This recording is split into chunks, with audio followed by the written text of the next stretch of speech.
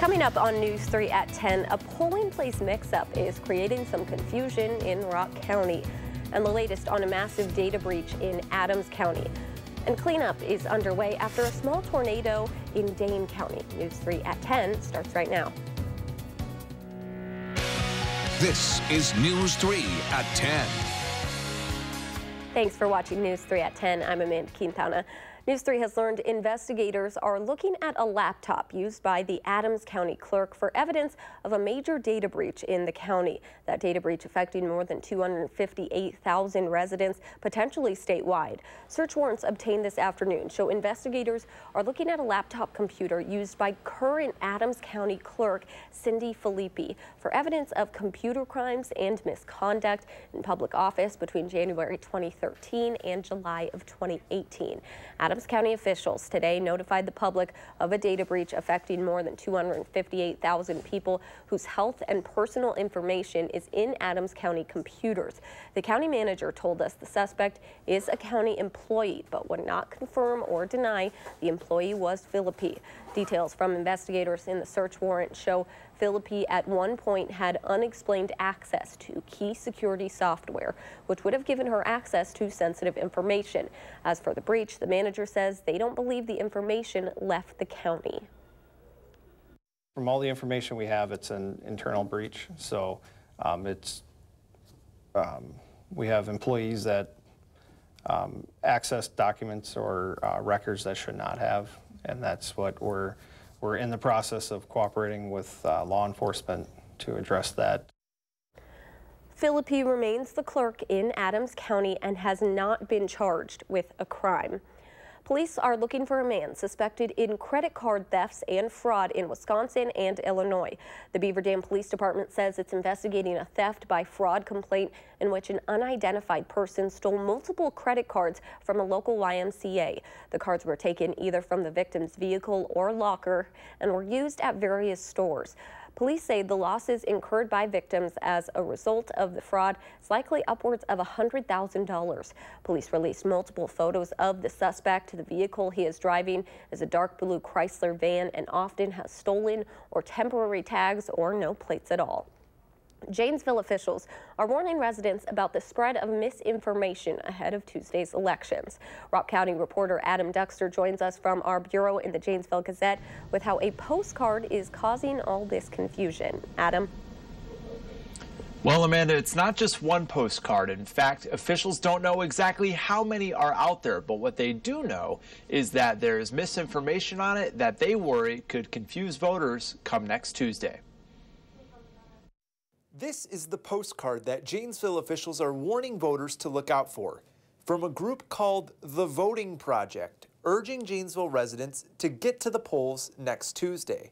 Janesville native Ken Pearson noticed something was wrong right away. The only thing that drew attention to me on it is because it was from North Carolina, so that threw me off right from the start. After further examination, Pearson noticed the problem. The main attraction to me was that they had the wrong polling place. And that sent red flags up to me completely. With elections just days away, Pearson says he sent the card to the county clerk. Officials say the group sending the cards doesn't have the right information. The problem is we changed some polling places over the summer. They didn't have updated data, so for the polling places that we've changed, they've provided voters incorrect information. A Google search for The Voting Project yields almost no results, and a return address on the card comes to this house, a residential North Carolina home listed for sale. Still, city officials say this is a case of misinformation, not malicious intent. Pearson says the spread of misinformation like this could lead to negative consequences come Election Day. I know from experience that people go there, and if it's the wrong spot, they aren't going to go find the other one. They're done. They walk away. Now, another reason Pearson told me he knew the card was wrong was because on it, it told him he didn't vote in the last election, and he told me he knows he did. So again, officials tonight warning residents to look out and double check your polling place ahead of next Tuesday's election. All right, thank you so much, Adam. Let's check in with meteorologist Gary Canalti. How's the weekend looking, Gary? Yeah, it looks pretty good. If you like today's weather, you'll love the forecast for tomorrow. and for Sunday. Lots of sunshine and temperatures very similar to what we saw today. On weather track, there are a few sprinkles of rain that popped up in far northern Wisconsin between Wausau and Rhinelander. They drifted down toward Green Bay, and they're just about gone now. You can see on Doppler track, Wisconsin pretty much precipitation free. Low temperatures this morning started out in the upper 50s to the lower 60s with some patchy areas of fog. Probably see a little fog overnight as well. High temperatures today generally in the mid 80s. Near Lake Michigan, a little cooler. 79 was the high temperature in Milwaukee, whereas out to the west it topped out at 90 in La Crosse and Black River Falls. Current temperatures are in the middle 60s to the lower 70s. Dew point temperatures are in the lower 60s, so it's not feeling too humid. And by tomorrow morning, look for temperatures to drop into the lower 60s. During the day tomorrow, look for mostly sunny skies and another warm day with a high temperature of 84. That's your first alert forecast. Thank you so much, Gary. The National Weather Service confirms that an EF0 tornado touched down in Deerfield yesterday. That's the lowest scale tornado, and it traveled less than a mile across the town. With wind speeds of around 80 miles per hour, the tornado still left a lot of damage for one business in the area. The tornado actually ripped the roof off of IME building there, scattering the debris around about 10 acres around that area.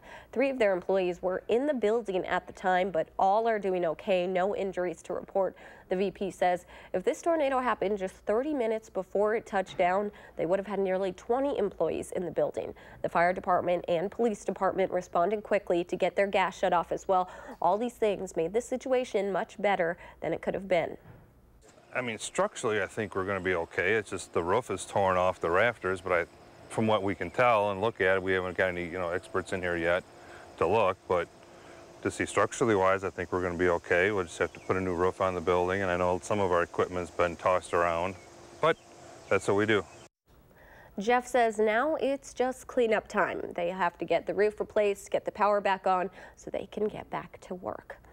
A man was arrested after gunshots were fired in a parking garage near the University of Wisconsin-Madison campus early this morning. Madison police say officers heard a gunshot and saw a vehicle exiting the Lake Street ramp at a high speed. According to police, a security guard witnessed the shooting. He told police 3 people had approached the suspect's car, and it appeared there was some sort of conversation that took place. As the trio walked away, the security guard saw the suspect fire a round from his car in their direction. The driver, 30-year-old Tony D. Smith, was arrested on suspicion of first-degree reckless endangerment, damage to property, operating while revoked, reckless driving, endangering safety, and hit and run. A shell casing was recovered from the ramp. Madison police are continuing to investigate. A Baraboo man was sentenced Thursday to federal prison for methamphetamine tracking. Officials say 25-year-old Froylan Castro was sentenced to 7.5 years in federal prison. Castro pleaded guilty to the charge in March. In 2017, U.S. Postal Service workers intercepted a United States mail package containing a pound of meth that was addressed to Castro's residence in Baraboo. The pound of meth was hidden inside a karaoke machine. Madison police are investigating after a woman was shot with BBs. Officers say around 3:45 yesterday afternoon, the 38-year-old was riding her bike on the 900 block of South Park Street when she heard 2 pops and felt pain in her backside. She told police she thought someone shot at her while lying down in the backseat of a passing car. She was able to write down their license plate and give it to police officers. You might notice more flight activity in our area over the next 2 weeks. Volk Field is hosting the annual Northern Lightning exercise. Aircraft and personnel from the Air Force, the National Guard, the Marines, and the Navy will be flying over 23 Wisconsin counties. They will be doing offensive and defensive exercises, sometimes traveling at supersonic speeds, all to see how they can increase military readiness. Northern Lightning is a great opportunity to showcase not only the base, but the great state of Wisconsin to well over 1,000 members of the armed forces from all over the country. You should expect increased flight activity between 9 a.m. and 5 p.m. starting Monday through Friday the 24th. We have a list of all 23 counties affected on channel3000.com. In national news tonight, there were new protests last night in week 1 of the NFL preseason, with more games tonight. Players taking part say they are protesting racial injustice. President Trump tweeted his opposition saying, "Be happy, be cool, find another way to protest, stand proudly for your national anthem." Simmons in for the touchdown. As NFL players returned to the field, so did the protest. Some linked arms, others, like Eagles safety Malcolm Jenkins, raised their fists. I know that there are a ton of people who look to us as motivation. And a few took a knee, like Dolphins wide receiver Kenny Stills, seen here with teammate Albert Wilson. Being a part of this protest hasn't been easy. And, you know, I thought I was going to be by myself out there, and today I had an angel with me, with Albert being out there. President Trump waded into the fray yet again this morning, tweeting, "The NFL players are at it again, taking a knee when they should be standing proudly for the national anthem." The protest during the national anthem has raged on since 2016, when former 49ers quarterback Colin Kaepernick refused to stand to spotlight police brutality and racial oppression. President Trump said this last September. Say, get that son of a bitch off the field right now. Out. He's fired. Some say the president has politicized a cultural issue. Fans are divided. This is about family and tradition and fun and having a good time. And I wish if they don't have a platform, the president or the players, they can do it elsewhere. I understand why the players are kneeling. It seems to be getting blown out of proportion. In May, the NFL told players they must stand. But nearly 2 months later, the league decided not to discipline players who protested anyway. Dallas Cowboys quarterback Dak Prescott has been criticized for saying he refused to participate in any protests. No, I never protest. I never protest during the anthem, and I don't think that's the time or the venue to do so. Last season, television ratings for the NFL were down, while overall revenue was up 5%. Currently, the Players Union, along with NFL officials, are working on a solution that they hope to have in place by the start of the regular season. Jerika Duncan, CBS News, East Rutherford, New Jersey. And the NFL's regular season starts on September 6th. Coming up on News 3 at 10, another busy summer weekend ahead. Find out how you can hear some new music. Thanks for watching News 3.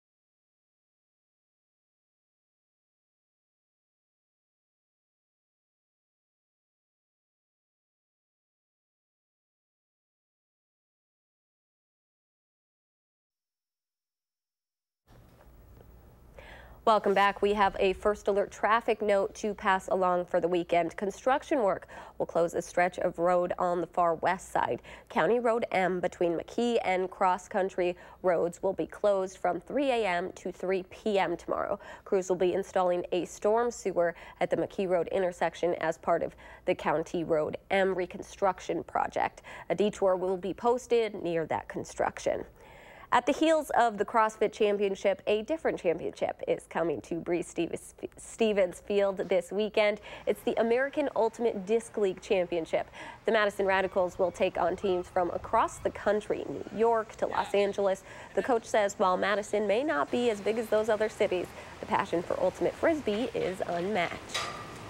Championship weekend was here 2 years ago, and it was amazing. We packed the stadium. People love Ultimate in Madison, and it's one of the few places in the world where you could see that kind of crowd. It's incredible. We've dubbed Madison the championship capital because of all the state tournaments, hosting CrossFit, and things like the AUDL championships. The Madison Area Sports Commission says about 7,000 people came out for the weekend. It says this year's event could have about $100,000 in economic impact. Dallas and New York play at 4 o'clock tomorrow, and at 7, Los Angeles faces off against the Radicals. The championship game is on Sunday. And if you're looking for some music this weekend, a Downtown Madison Festival has you covered. The annual Madison New Music Festival kicks off tonight at the Art Museum. Since 2016, it's brought together musicians from around the community to premiere new music never heard before. This weekend, you can catch musicians around the city at several different venues, like the Madison Museum of Contemporary Art and area churches. Organizers say the festival has become an important part of the music community. It's something that it really feels like the Madison community wants and needs to be able to celebrate this music. That festival ends on Sunday.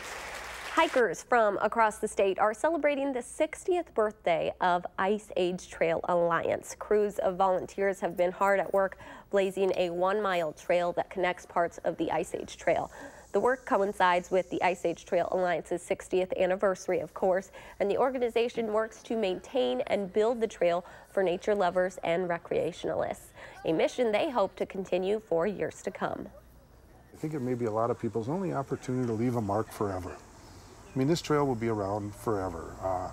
It's not just the past 60 years, it's not just the next 60 years, it's it's perpetuity.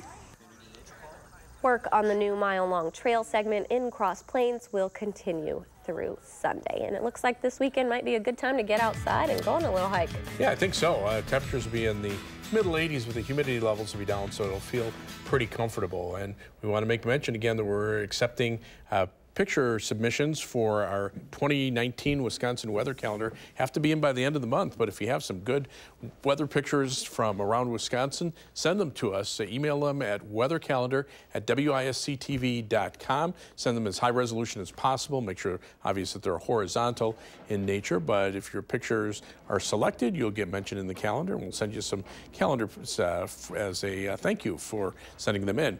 We have the Perseid meteor shower coming up over the weekend. Tomorrow night and especially Sunday night would probably be the peak activity. At the peak, you could see up to 70 meteors per hour. And if you look mainly toward the northeastern sky, that's where you want to look to see the best chances of seeing some shooting stars. Now, weather track, you can see how quickly the skies have cleared out across much of the state. So go outside if you're looking for anything astronomical. Shouldn't have too much of a problem other than some early morning fog over the next couple of days. Doppler track pretty quiet across the state right now. As we look at the time lapse from the WISC Skycam, you can see the low valley fog here early this morning, and then that lifts pretty quickly. We had bright sunshine for the day, just a couple of passing clouds, but the afternoon was almost completely clear all the way up through sunset, and things are very quiet out there right now. In fact, the live view from the Edgewater Skycam in downtown Madison, if you go outside, you can see the stars. Right now, the almanac for today shows a high temperature of 84 degrees, low temperature at 58, very close to the averages of 80 and 60. And right now, we're sitting at 66 degrees. The air is calm. The humidity at 87%. Dew point temperature still in the lower 60s. Dew point temperatures right now generally in the lower 60s across the state. Out to the west, they come up again into the mid-60s to around 70 over western Minnesota, but it'll take a little while for that moisture to reach us. And that's because the upper level winds are basically from north to south, at least in our part of the Midwest. Farther to the south, there's a branch of the jet stream that's coming in from the southwest and keeping most of the moisture cut off down near the Ohio River. So the showers and thunderstorms that popped up yesterday afternoon have now drifted to the south. Things are pretty quiet around here. That northerly wind flow aloft is just bringing a lot of dry air from Canada. As we check out the surface weather map, there's high pressure located just off to our east, but it's enough to keep the winds light and temperatures mild. Farther out to the west, on the other side of the stationary front, temperatures are still warm. Take a look at the high temperatures over eastern Montana and the western Dakotas today. Near triple digits in Bismarck, North Dakota, Glasgow, Montana, 107 degrees, and they're still at 87 degrees, even at 10 o'clock at night. Now, obviously, out there, it's 9 o'clock mountain time, but still, that's very warm. Temperatures 60s and 70s here. Dew point temperatures lower to middle 60s. Out to the west, where that hot weather was, the dew points are in the upper 30s. The air very dry. It's a good setup for fire weather out there. Our forecast for the overnight hours, mostly clear, mild, a little patchy fog. Daybreak temperature 61. Tomorrow, mostly sunny and warm, high temperature, topping out at 84 degrees. On future track, things pretty quiet overnight. Look for low temperatures in the lower 60s. Partly sunny skies tomorrow, high temperatures in the middle 80s. Tomorrow night, look for temperatures to drop into the lower 60s again with mainly clear skies, and then high temperatures in the middle 80s for Sunday, again under mostly sunny skies. As we check out the 7 to 10 day forecast, those temperatures remain in the 80s all the way through next week. Now, the warmest temperatures next week will be at the beginning part of the week. We'll see a little more humidity by Tuesday. That could lead to some thunderstorm chances Tuesday night into Wednesday. Toward the end of next week, temperatures in the lower 80s, but the average high is 80, so that keeps us at or above normal. Another chance for a thunderstorm Friday night into Saturday of next weekend, but even much of that time will be dry as well. All right. Thank you so much, Gary. You're welcome. Well, pitching woes continue for the Brewers. Highlights from Atlanta coming up next in sports.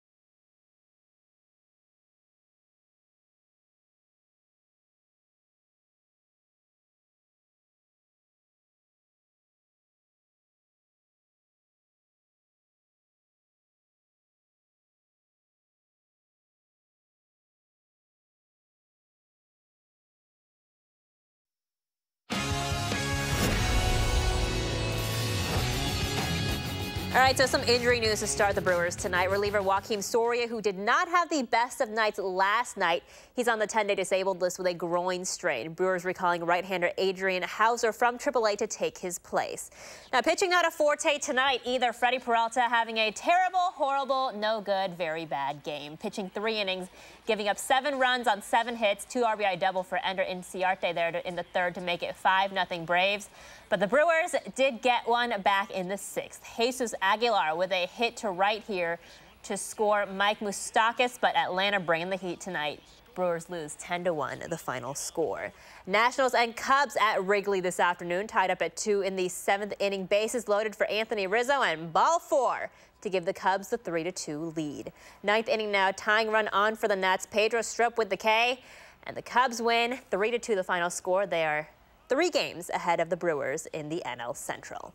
Definitely still feels like summer, but the fall sports season is getting underway. We'll have our first Prep Mania 1 week from tonight, believe it or not. But today at Yahara Hills, Edgewood hosting a 20-team invitational. Mother Nature not really helping, dumping more of an inch of rain yesterday, making for quite the damp course. But no big deal there for Middleton's Mackenzie Hodson, the approach to get it close to the pin on 9. Grace Welch here for the host team Crusaders, getting it out of the rough. She was 4 over today, tied for 5th in the individual standings. Arrowhead winning the team competition, Emily Lauterbach beating the conditions, the only player to break par. Stoughton's Kaylee Kudlowski tying for 3rd. Well, it was a cool day for 150 kiddos from the 12 First Tee locations and 5 other agencies. They got to hit the links in Monona for the 5th annual 9 Healthy Habits Invitational presented by Humana. Now, First Tee of South Central Wisconsin a part of the event as well. It was an opportunity for the kids to learn about the rules and etiquette of the game, as well as healthy habits for every other aspect of life. But the best part of the day? Just the kids. I mean, just the enthusiasm, the love of the game, and knowing what they're going to learn from this experience that they can take on and really, apply to the aspects of their life in the future. It's so much more about the game of golf. It's just inspiring. And the golfers, look how cute they are. And volunteers took an estimated 1 million steps along the course today. Part of the message of the day: to get out, exercise, and be healthy. Finally tonight, if you're a squeamish human being, look away now. I warned you. Last night at the Yankees-White Sox game, second base umpire Bruce Dreckman felt something crawling around in his ear. So Yankees trainer Steve Donahue trying to help him out there with a cotton swab, but Dreckman figuring it out himself, pulling a moth that was still alive out of his ear. Everyone, that's horrifying. That's what my nightmares are made of. We'll be right back.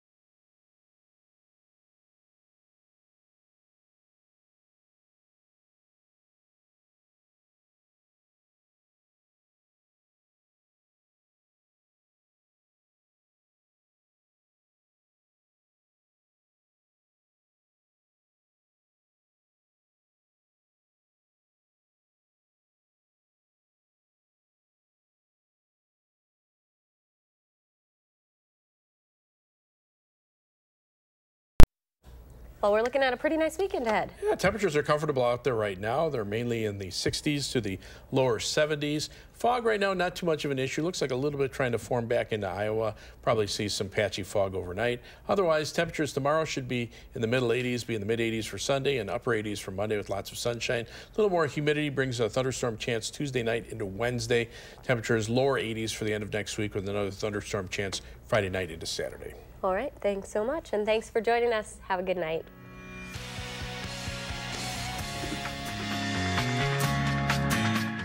Making plans that are weather dependent? Get an accurate 12-hour, even a 10-day forecast. Download the Channel 3000 First Alert Weather app and start planning.